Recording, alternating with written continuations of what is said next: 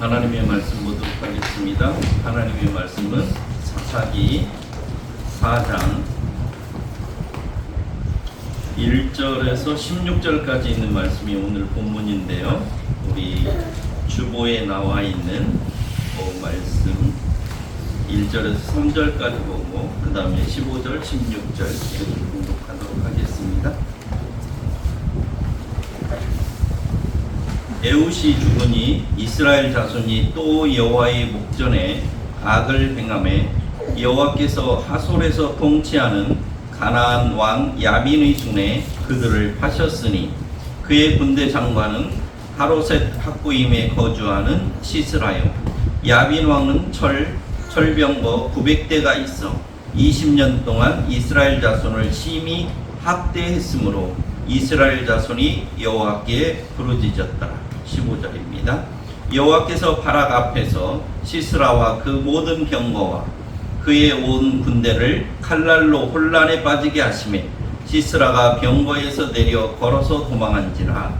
바락이 그의 병거들과 군대를 추격하여 하로셋 학구임에 이르니 시스라의 온 군대가 다 칼에 엎드려졌고 한 사람도 남은 자가 없었더라. 아멘. 오늘은 우리 한국 교회 중에서도 많은 교회들이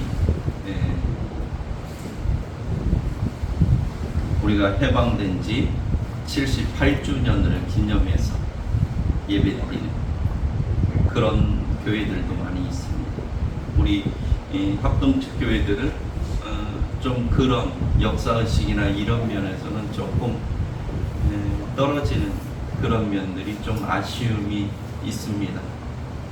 왜 그러냐면 우리 한국교회는 한국의 역사 속에서 수많은 피해를 입으면서도 그 신앙의 절개를 지키고 지금까지 이렇게 꿋꿋이 그 전통을 잘 유지하고 있는 그런 교회임에도 불구하고 그 전에 있었던 그런 역사적인 일들, 사건들에 대해서는 너무 소홀히 하는 그런 면이 있지 않은가 하는 그런 생각을 갖습니다.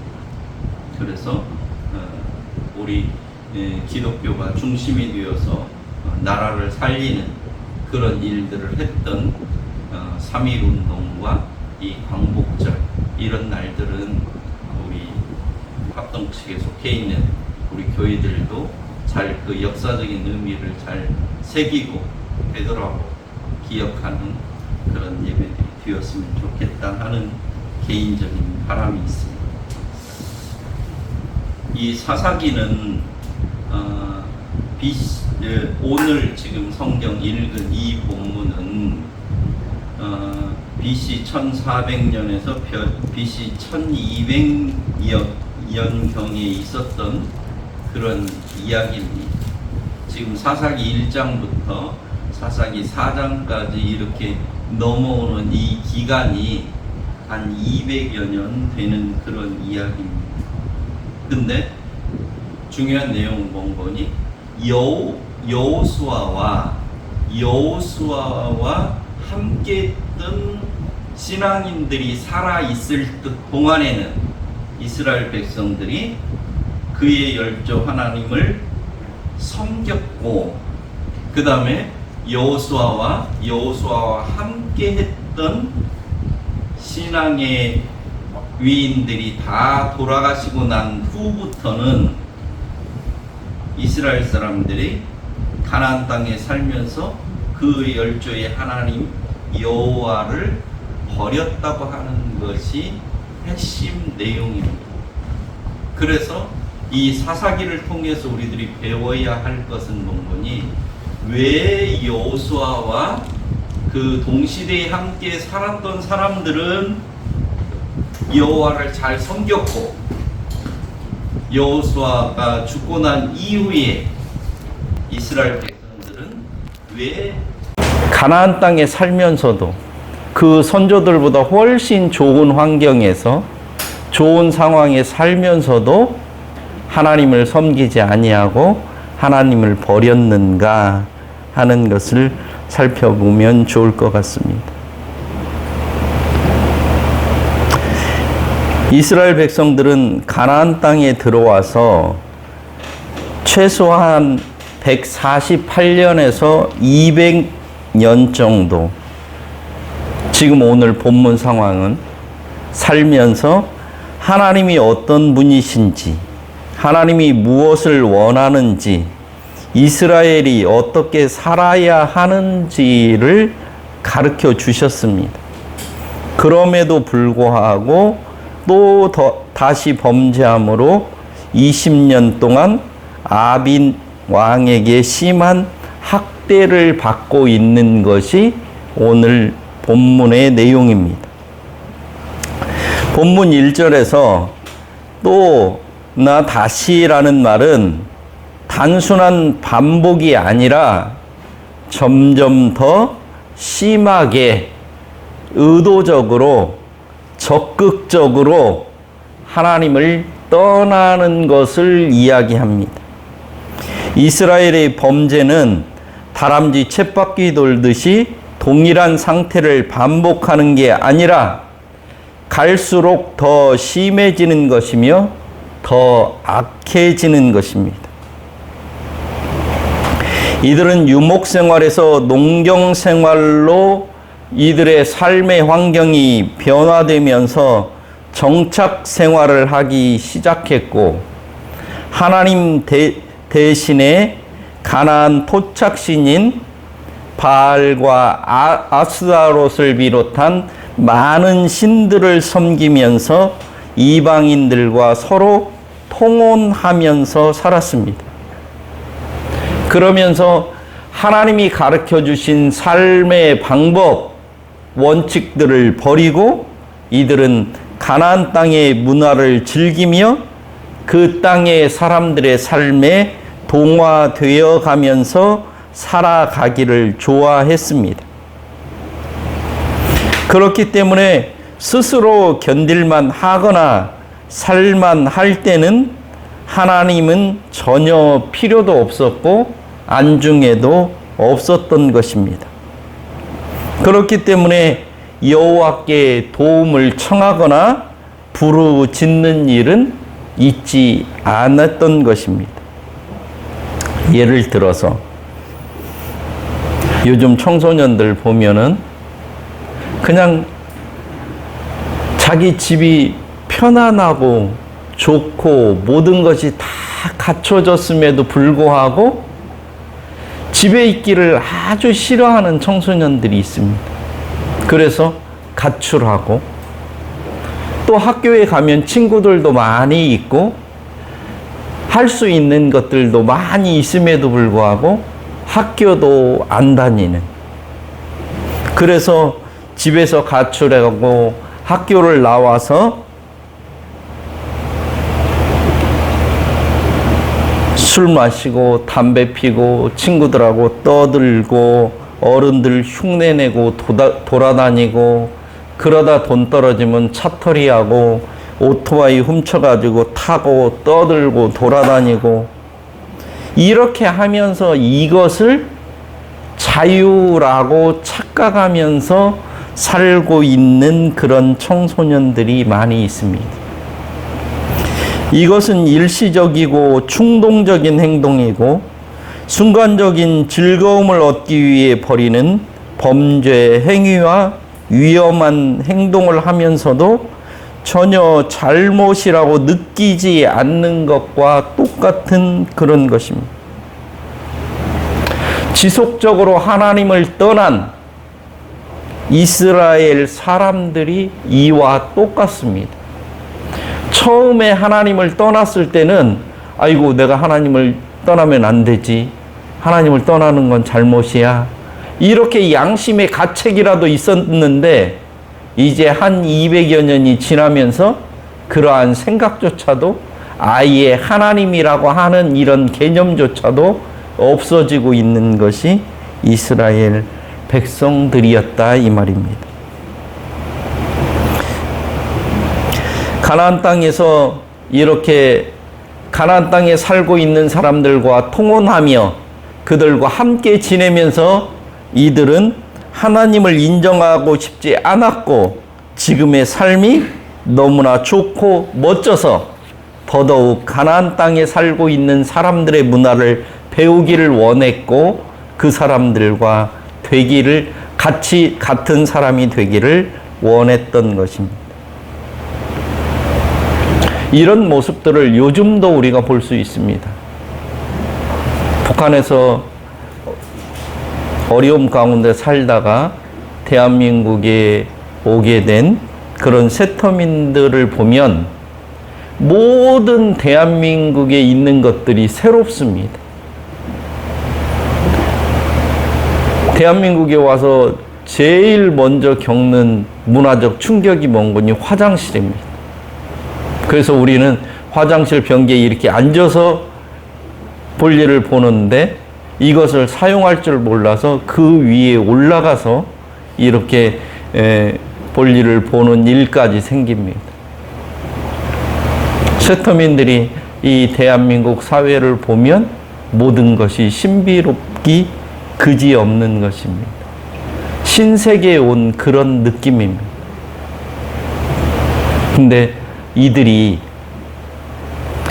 이런 자유를 만끽할 수 있는 이런 곳에 왔으면 옛날에 자기들이 고생했던 것을 잊지 않고 잘 새기면서 이 땅에서 어떻게 사는 것이 올바로 사는 것인지를 생각하면서 살아야 되는데 많은 젊은이들 중에는 한국의 유흥 문화에 휩쓸려서 그냥 사는 그런 사람들도 많이 있습니다.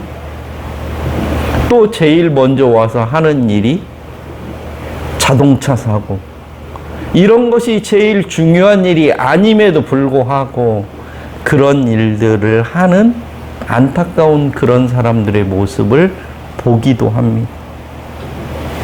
흉내내보고 따라하면서 자기도 옛날부터 이 땅의 문화를 향수하며 사는 사람이 된 것처럼 이렇게 착각하며 사는 그런 사람들을 많이 본다 이 말입니다.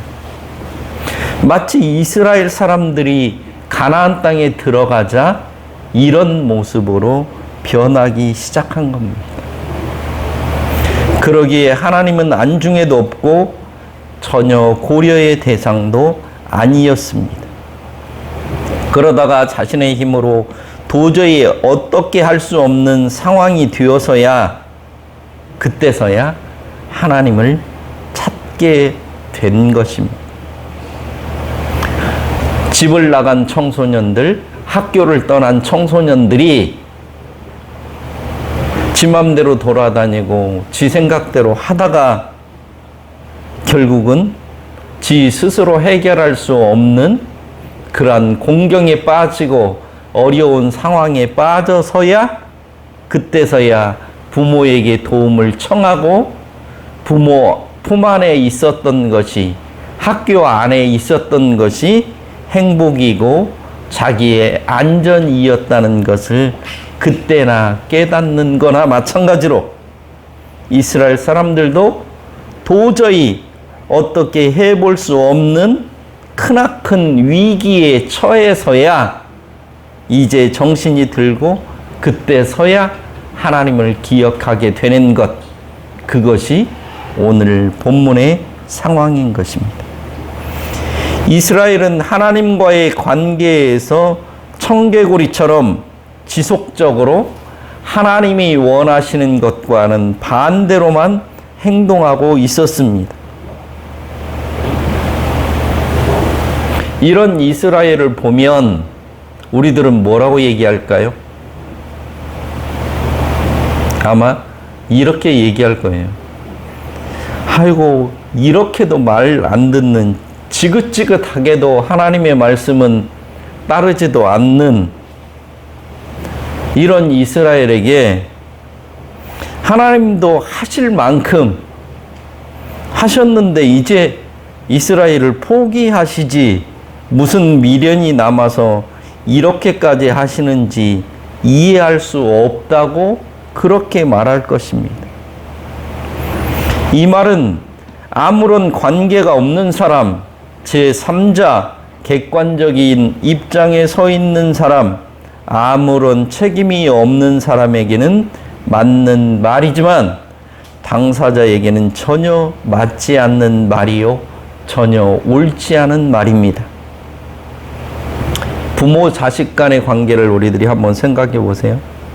자식이 아무리 속썩이고 잘못하고 그래서 힘들어도 옆에 있는 사람들이 이 모습 지켜보면서 너무너무 안타까워서 이제 그냥 걔 없는 걸로 채워 포기해버려, 이렇게 이야기한다고 해서 그 부모가 그 자식을 포기해버립니까? 그 자식과 아무런 관계가 없는 제3자는 그렇게 하라고 얘기할 수 있어요. 그 말이 맞아요, 제3자 입장에서 보면. 그렇지만 당사자인 부모 입장에서 보면은 그 말은 전혀 맞지 않는 말이고 옳은 말이 아니다, 이 말이에요. 그래서 남들이 이제 포기하라고 해도 그 자식을 끝까지 기다리고 지지하고 용서하듯이 하나님은 인간을 대하실 때 전혀 모르는 사람처럼, 남처럼, 아무런 관계 없는 사람처럼 대하시지 않는다는 것이 성경이 우리에게 분명히 말씀하고 있는 거란 말이에요. 계속해서 인간은 하나님의 뜻에 순종하고 하나님의 말씀을 따라 살기보다는 그것을 지속적으로 벗어나고 어떻게 하면 하나님이 없는 것처럼 살으려고 몸부림치지만 하나님은 그런 인간을 가만 놔두시지 아니하시고 끝까지 그 인간을 바라보시면서 그 인간을 어떻게 해야 제대로 하나님을 아는 사람이 될 수 있도록 하실지를 생각하고 계신다, 이 말이에요.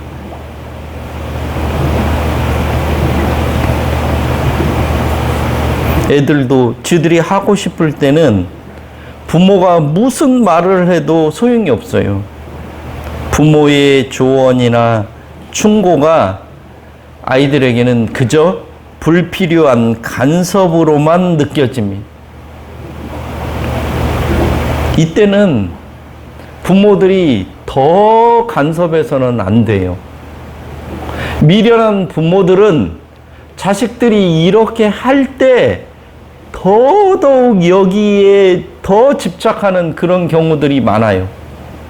그래서 자식들이 더 멀리 도망가게 만든단 말이에요. 이렇게 부모의 조언이나 충고가 아이들이 이거 심한 간섭으로 느낄 때, 그렇게 생각할 때는 좀 더 모른 척하고 이렇게 가만히 지켜보면서 있어줘야 돼요. 그것이 지혜로운 부모입니다. 하나님도 마찬가지셔요. 이스라엘이 하나님을 멀리할 때 하나님은 스토커처럼 느껴지지 않도록 하나님 스스로가 무기력한 것처럼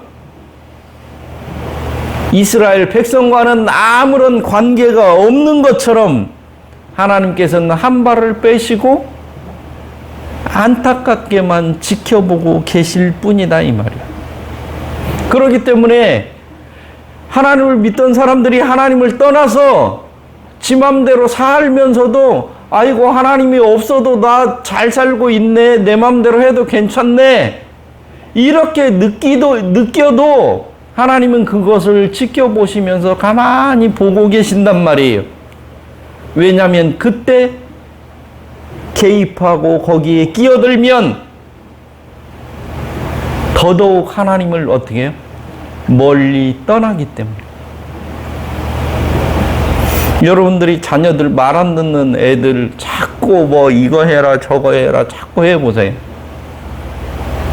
처음에는 말 듣는 척 하다가 그 다음에는 어떻게 해요? 점점 집에 늦게 들어오다가 그 다음에는 그런 친구들의 무리들하고 섞여가지고 집에 안 들어오다가 이제는 부모 눈에 안 띄기 위해서 아예 멀리 가버리는 그런 일들을 우리 주위에서 얼마나 많이 보냔 말이에요. 관계가 좋을 때는 우리들이 자녀들에게 이런 얘기를 하고 저런 얘기를 하고 이렇게 해도 자녀들이 그것을 사랑으로 관심으로 부모가 나를 도우려고 하는 것으로 이렇게 받아들여요. 근데 사이가 나쁠 때는 부모가 이야기하는 하나하나가 부모의 집착이고 협박이고 이런 것처럼 느껴진단 말이에요. 간섭으로. 이럴 때는 그만해야 돼요. 그러니까 이스라엘 백성들에게 그동안에도 하나님은 이스라엘 백성들이 어려워서 소리칠 때 하나님께서는 사사를 세워서 그들에게 평안함을 지속적으로 허락해 주셨어요. 반복적으로.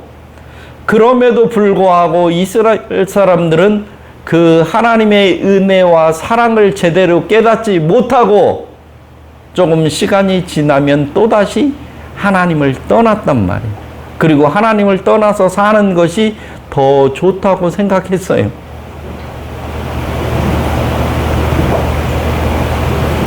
하나님께서는 이때도 어떻게 해요? 섭섭하고 안타까운 마음이지만 그저 이스라엘을 지켜보셨어요. 이들이 하루빨리 깨닫고 하나님께 돌아오기를 기다리고 계신 것이죠. 하나님과의 관계를 회복할 수 있는 날이 오기를 하나님은 고대하고 계신 것입니다. 그러다가 이스라엘이 위기에 처해서 소리치고 도움을 청할 때 그때 하나님께서는 언제 그랬냐는 듯이 달려오시고 그래서 이스라엘을 구원해 주시고 사랑해 주심으로 자기의 사랑과 능력을 깨닫게 해 주시는 분이 우리 하나님이시란 말이에요. 그래서 나중에 이스라엘을 칭찬하는 것은 네가 하나님을 찾았기 때문에 내가 너에게 왔다 이렇게 하면서 하나님은 모든 것을 다 아시면서도 하나님 스스로가 속 끓이면서 힘들어 하시면서도 스스로 부르짖을 때까지 하나님의 필요를 절절히 이스라엘이 느낄 때까지 그 안타까운 상황들을 하나님께서는 바라보시며 참고 계신단 말이에요. 성경은 어떻게 보면 하나님과 죄인이 벌이는 밀당과 심리전 같아요.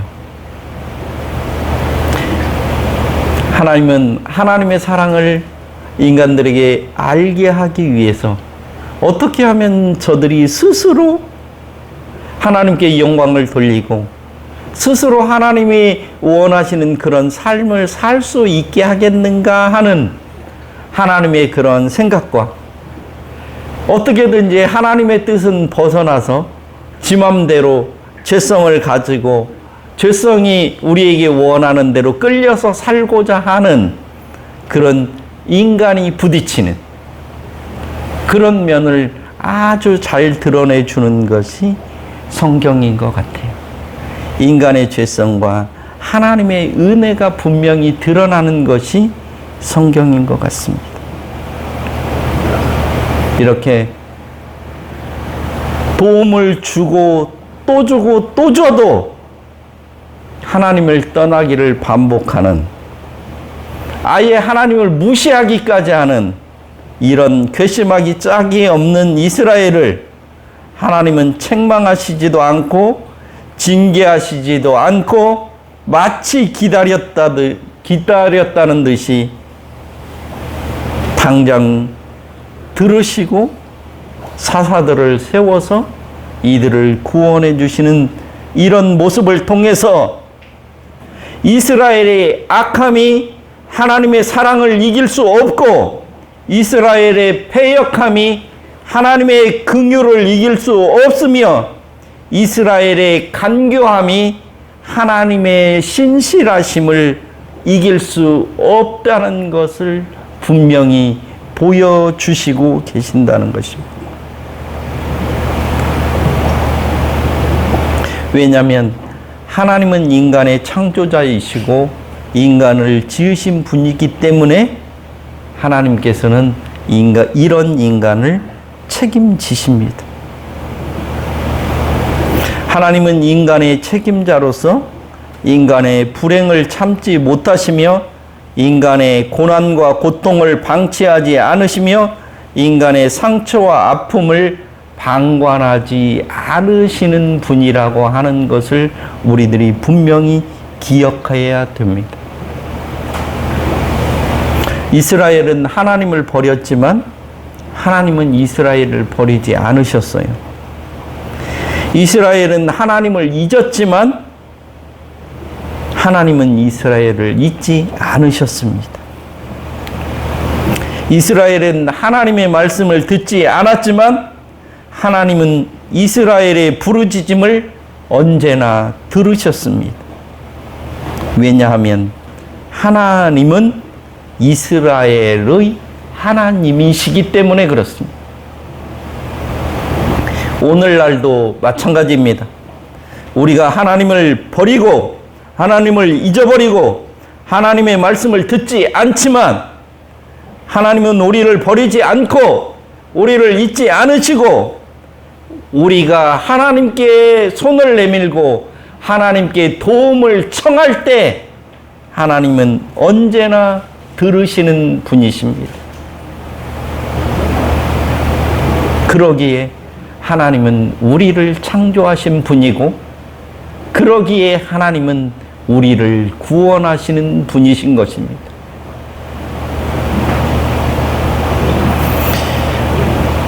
오늘 성경 본문 4장 6절에서 8절을 보면 아비노함의 아들 바락은 하나님의 지시가 있음에도 불구하고 납달리 자손과 스불론 자손 1만 명을 거느리고도 시스라와 싸우기를 두려워하고 있습니다.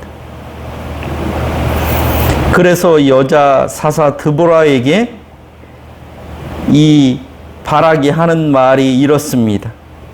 당신이 가면 나도 가고 가지 않으면 안 가겠다고 이렇게 얘기합니다.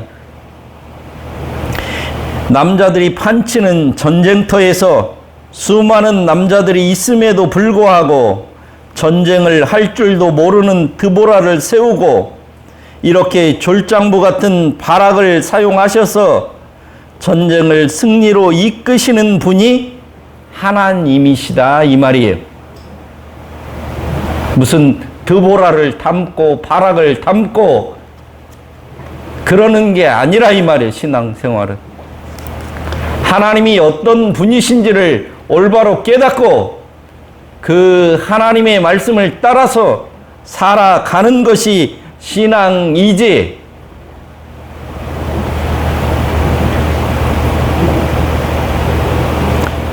이런 전쟁을 통해서 여자 사사 드보라를 통해서 이 전쟁이 사람에게 달려있는 전쟁이 아니라고 하는 것을 하나님은 분명히 보여준다 이 말이에요.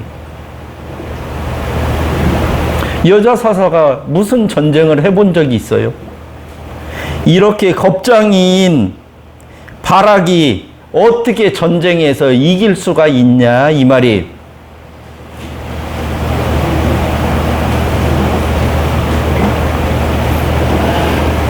이 전쟁을 통해서 이스라엘이 참으로 의지할 만한 분이 하나님이고 의지해야 할 분이 하나님이라고 하는 것을 하나님 스스로 보여주고 계시는 거다 이 말이에요.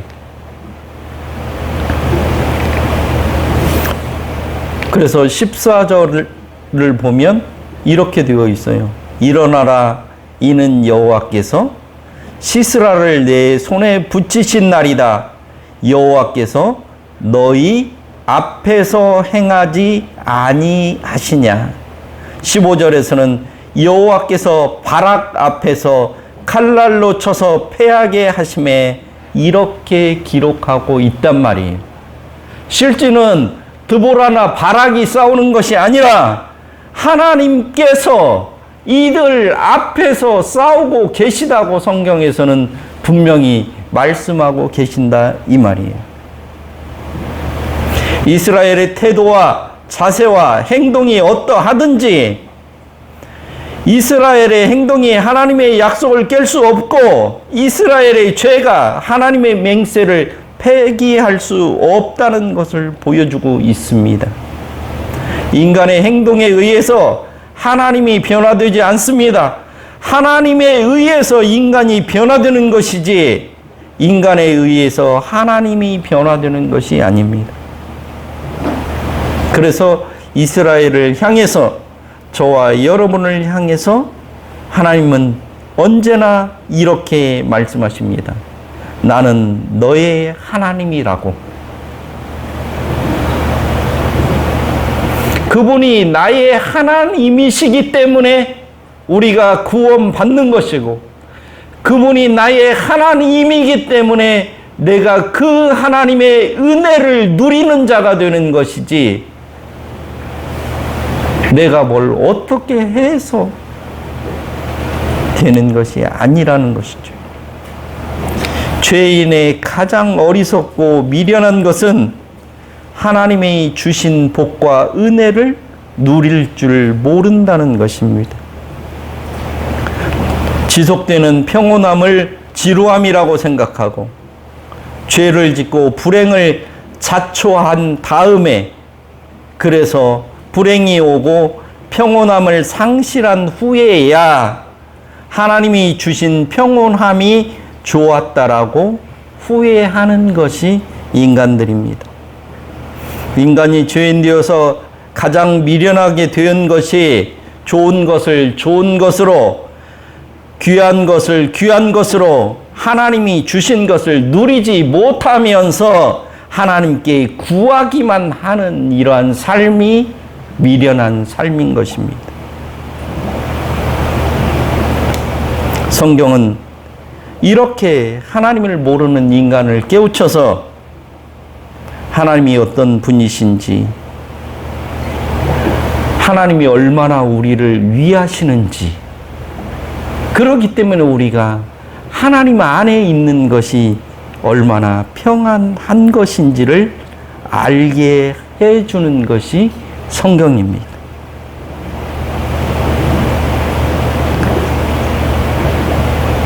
하나님은 하나님 스스로 하신 그 약속을 하나님 스스로 하신 그 맹세를 영원토록 지키심으로 이스라엘을 향한 죄인을 향한 하나님의 사랑이 불변임을 보여주셨습니다. 그리고 우리로 하여금 그 사랑을 깨닫도록 해주시는 것입니다.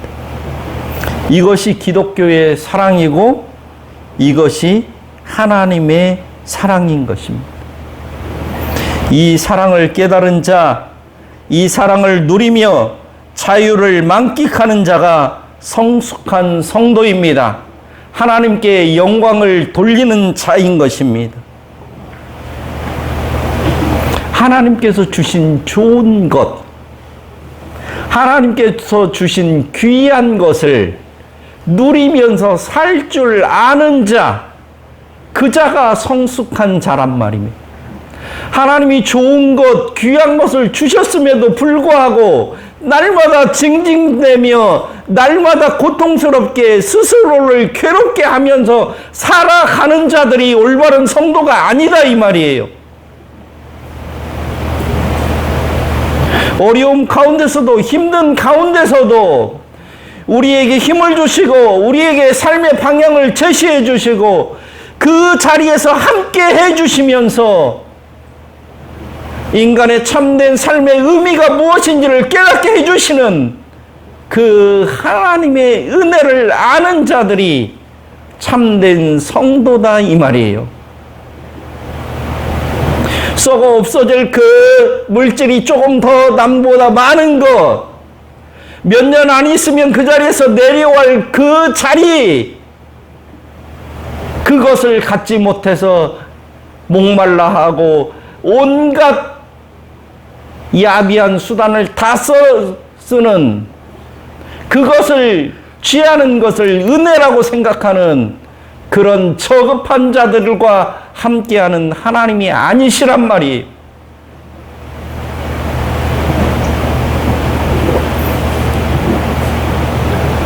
하나님은 전쟁을 할 줄도 모르고 어떻게 싸워야 이길 줄도 모르는 철병거를 900승이나 가지고 있는 그런 군대와 싸워서 이기도록 하시는 이런 분이라고 하는 것을 하나님은 이스라엘 역사를 통해서 이스라엘 사람들에게 분명히 보여주었어요. 객관적으로 싸워서 이들이 이길 수 있는 아무런 조건이 없어요. 하나님을 빼고 나면 전쟁을 해서 이길 수 있는 아무런 이유가 설명이 되지 않아요. 그런 은혜를 단지 하나님은 이스라엘의 하나님이시기 때문에, 이스라엘 백성을 하나님께서 자기 백성 삼으셨기 때문에 이들에게 하나님이 어떤 분이신지, 하나님을 왜 믿어야 하는지, 하나님을 의지하는 것이 얼마나 좋은 것인지, 이런 것을 알게 해주시기 위해서 이 전쟁을 하나님 스스로 하시고 그 결과를 이스라엘에게 주셨다 이 말이에요. 오늘도 마찬가지예요. 우리 기독교인들의 삶 속에서 이런 하나님이 빠져버리면 무엇이 남나요? 한 시간이라도 다른 사람 이겨먹으려면 더 공부해야 되고, 돈 더 많이 벌으려면 다른 사람 눈 속여야 되고, 그렇게 사는 것이 올바른 방법이라고 세상에서는 그렇게 살고 있잖아요. 그렇지만 우리는 그게 결코 올바른 방법이 아니고 하나님이 원하시는 게 아니라고 하는 것을 우리들은 알잖아요. 왜? 우리 하나님이 우리가 그렇게 싸우지 않아도, 우리가 그렇게 하려고 안 해도 결국은 우리를 승리케 하신다는 것을 우리들이 믿잖아요. 우리 하나님은 그런 분이에요. 우리 모두가 이런 하나님을 깨닫고 우리들이 하나님을 엇나갈 때에도 노심초사하시면서도 우리들에게 당장 우리를 무릎 꿇히지 아니하시고 그저 하나님이 바라보시고 지금 그게 옳은 방법이 아닌데, 그게 내가 원하는 게 아닌데, 이렇게 하면서 안절부절 하시면서도 우리에게 그때그때 벌 주거나 개입하시지 아니하시고 우리 스스로가 깨달아서 하나님의 말씀 앞으로 돌아오도록 계속해서 그렇게 기회를 주고 기다리시는 그 하나님을 우리들이 기억해야 되지 않겠냐 이 말이에요. 그래서 우리 스스로가 그 은혜 앞에, 그 사랑 앞에 굴복하는 자, 그 자가 참된 신앙인이요, 그것이 참으로 하나님을 기쁘게 하시는 일이라고 하는 것, 이것을 우리 모두가 깨닫고 그 하나님과 더불어 함께하는 그런 인생 되시기를 축원합니다. 기도하겠습니다. 하나님 아버지, 우리는 사사기에 있는 이스라엘 백성들처럼 하나님의 품 안에 거하는 것이 복에 겨워서 하나님을 멀리 떠나기를 원하고, 하나님보다는, 하나님이 말씀해 주신 것보다는 세상의 가르침이, 세상의 삶의 방법이 더 옳은 것 같아서 일상의 삶 속에서는 하나님, 우리들이 그렇게 살고 있습니다. 이런 우리들의 눈을 열게 하시고 이런 우리들의 마음을 열게 하시고 이런 우리들의 잘못된 신앙의 행태를 하나님 돌이킬 수 있도록 은혜를 베풀어 주옵소서. 하나님의 마음을 헤아릴 줄 아는 그러한 성숙한 성도들 다 될 수 있도록 주께서 은혜를 베풀어 주셔서 하나님의 은혜를 기뻐하며 하나님께서 주신 좋은 것들을 누리며 살아가는 복된 삶이 되도록 하나님 우리들을 인도하여 주옵소서. 예수님의 이름으로